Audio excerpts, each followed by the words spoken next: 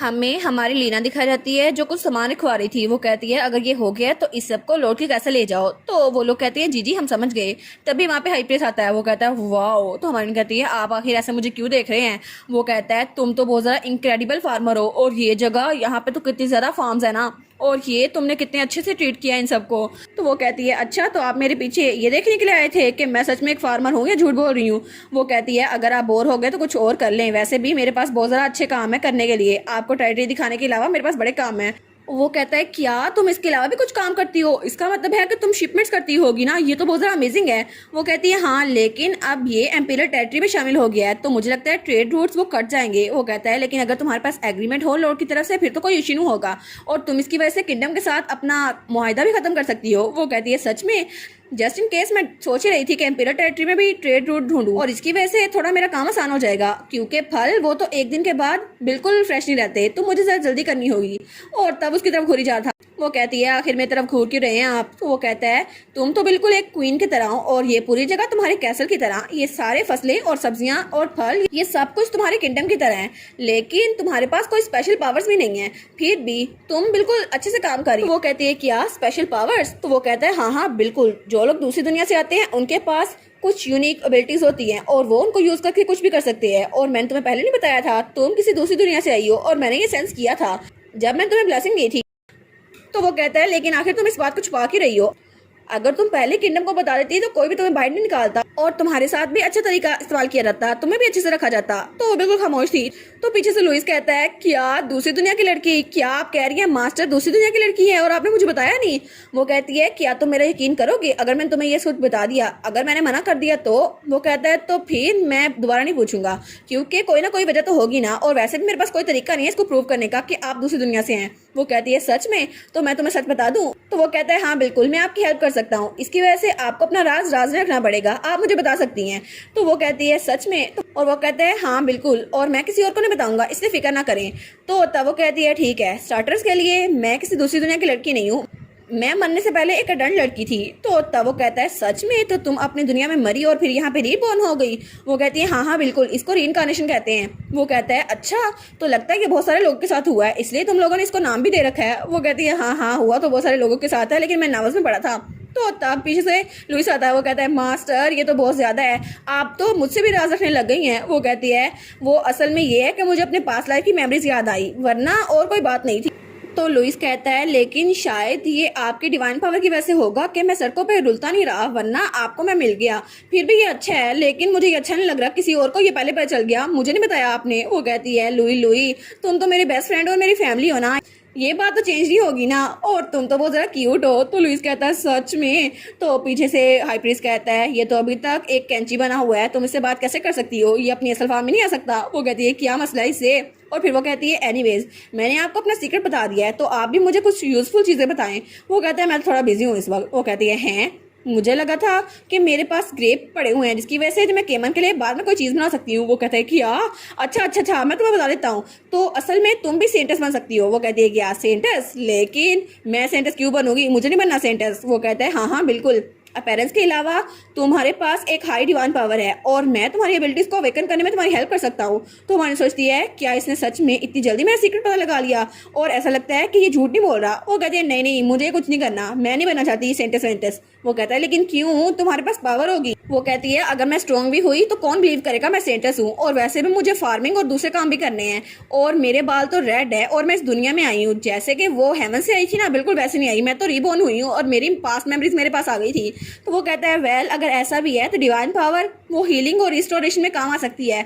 क्या तुम फार्म चलाते हुए सारी जिंदगी गुजारना चाहती हो, और शायद ये तुम्हारे काम भी आ जाए फार्मिंग में। वो कहती है सच में ये तो बहुत अच्छा है। तो वो कहती है क्या इसकी वजह से फसलें जल्दी उग सकती है। वो कहता है नहीं नहीं, आर्टिफिशियल ग्रोथ ये तो गॉड के खिलाफ है और नेचर के खिलाफ भी है, इसलिए ये नहीं करना। वो कहती है अच्छा, तो क्या मैं केमन की हेल्प कर सकती हूँ उसको हील करने में जब उसको जख्म आए, ये चोट आए। वो कहता है ये तो कुछ ज़्यादा हो जाएगा। वो कहती है अच्छा, फिर मैं पॉइजन को डिटॉक्सिफाई कर सकती हूँ। तो हाई प्रीस्ट चुप हो गया था। वो कहती है अगर कुछ नहीं कर सकती तो फिर मैं करूँ क्या, और इससे क्या फ़ायदा होगा, हीलिंग और रिस्टोरेशन का क्या फ़ायदा होगा अगर मैं ये सब कुछ नहीं कर सकती। तो वो बेचारा तो बिल्कुल खामोश था। तो लुइस कहता है हम तो आपको मैं खुद बता देता हूँ, चलो मुझे एक्सप्लेन करने दें। वो कहती है क्या ये स्वॉर्ड मोड में बदल गया? लेकिन हाई प्रीस्ट सोचता है मेरा ग्रे पेड़, मुझे तो वो पीना था ना। तो वो कहती है सच में, मुझे बताओ। तो लुइस कहता है असल में जब आपने एक्सपीरियंस किया था ना, मैं इस लैंड पर आया था तो मेरी प्रेजेंस की वजह से यहाँ प्रॉस्पेरिटी हो गई थी, है ना। तो एक साइंटिस्ट के तौर पर आपकी एग्जिस्टेंस ही डिवाइन ब्लेसिंग का काम करेगी।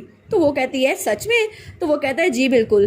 तो हमारी सोचती है क्या अगर मैं इस बारे में सोचूं तो जब मुझे ब्लेसिंग मिली थी तो बहुत ज़्यादा स्पेशल एनर्जी फील हुई थी, लेकिन कुछ भी ड्रामेटिक नहीं हुआ था। तो तब वो हाई प्रीस्ट से कहती है क्या मुझे बता सकते हैं कि मेरे पास कौन सी स्पेशल पावर है? वो कहता है इसको तो मैंने अभी खुद भी नहीं देखा, लेकिन ये पिन पॉइंट अभी तक मुझे नहीं पता चला, और अगर हम तुम पे काम करें तो मुझे पता चल सकता है। और किस गॉड ने तुम्हें समन किया है? वो कहती है क्या, लेकिन अगर गॉड ऑफ क्लेमेटी ने मुझे समन किया हो, जैसे कोई बुरा गॉड, तो हाई प्रीस्ट कहता है नहीं नहीं, ऐसा कुछ भी नहीं है, ऐसा कोई गॉड एग्जिस्ट करता ही नहीं है। वो कहती है फिर तो जीरो चांस है ना कि मेरा काम बन भी जाएगा। वो कहता है वेल ये इतना भी सिंपल नहीं है, लेकिन ये पॉसिबल भी नहीं है, श्योरली कोई ऐसा गॉड हो सकता है। तो वो कहता है अच्छा फिक्र करना बंद करो, चलो मेरे साथ आओ, मैं तुम्हें ट्रेनिंग करवाता हूँ। तो लुइस कहता है जी जी मास्टर, आप इसको सीख क्यों नहीं लेती? वो सोचती है अब मैं क्या करूँ, लेकिन मुझे फार्म का काम भी करना है और सेंटर्स का काम भी, क्या मैं इसको अपनाऊँ या फिर ना। और वो सोचती है फिर भी ये आइडिया कि मेरे पास स्पेशल हिडन एबिलिटी है, ये तो बड़ा अच्छा रहेगा, और अगर ऐसा हुआ तो शायद मैं अपनी और केमन दोनों की हेल्प कर सकती हूँ। वो कहती है ठीक है चलो सीखते हैं। तो हाई प्रीस्ट कहता है वाह चलो सिखाते हैं। तो लुइस कहता है आहा मास्टर, आपसे यही उम्मीद थी। और दूसरी तरफ सीन चलता है और हमें समंदर का सीन दिखाता है जहाँ पे एक शिप जा रही थी, और कोई कहता है वेव्स तो बहुत ज़्यादा रफ है, इसलिए उनके करीब नहीं जाना चाहिए हमें। तो कोई कहता है प्लीज़ हम लोग वापस मोड़ लें, अच्छा रहेगा। तो वहाँ पर हमारे केमन का अंकल डगलस खड़ा था। वो कहता है फूल्स, तुम लोग को तो ये भी नहीं पता कि मैं यहाँ पे क्या लेने आया हूँ।